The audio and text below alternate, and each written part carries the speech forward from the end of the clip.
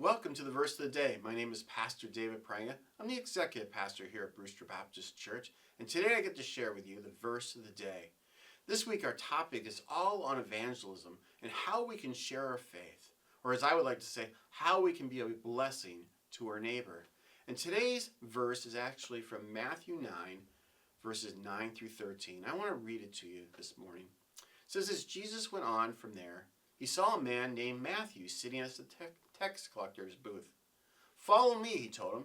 And Matthew got up and he followed him. And while Jesus was having dinner at Matthew's house, many tax collectors and sinners came and ate with him and his disciples. And when the Pharisees saw this, they asked his disciples, why does your teacher eat with tax collectors and sinners? And on hearing this, Jesus said, it's not the healthy who needs a doctor, but the sick. But go and learn what this means.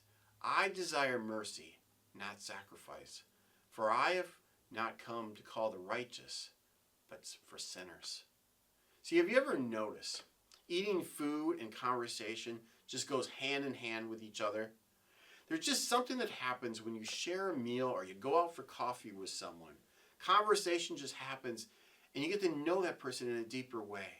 See, some of the most powerful moments of Jesus' ministry happens around meals. Jesus had a meal at Matthew's house, and he starts eating with other tax collectors.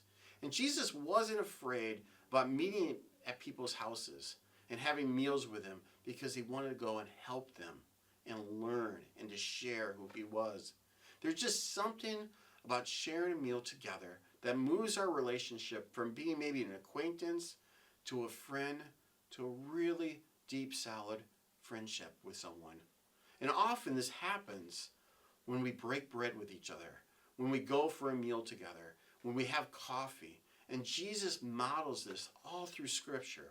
And going back to the word bless, as we're using this week as an acronym, I want to share with you what E stands for. But B, as you think of bless, begin everything with prayer. We should be praying for our neighbor. L, we talked about yesterday, it's about the art of listening. And we can show love and care to our neighbor by listening to them. And then today, it's E. And E stands for eating a meal together. See, we all love food. And every one of us, we enjoy eating. And one of the ways in which we can bless someone is actually having them over to our house and eating a meal with them. Or maybe it's going to a coffee shop and meeting with someone for coffee. See, Jesus modeled this to us by eating with people who needed him the most. And he was able to move that relationship deeper to the real needs of what that person was going through. And our world is looking for relationships. Eating with someone is one of the most powerful ways that you can bless your neighbor and change the world. Just having them over for a simple meal can be a blessing to your friend. I have found in my own life, by just getting together with people for coffee or having them over to my house, that you get to know their real needs. You really get to know them as a person, and they get to know you. And sometimes those relationships, they start by, just talking about sports or talking about what's going on in someone's life. And then slowly but surely, people start opening up, and they start sharing about their struggles that they may be going through. They start sharing about some health issues. And you really get to know them at a deeper level. But it's the activity of eating together a meal or going for coffee that makes it all possible. It kind of breaks the ice and moves that relationship.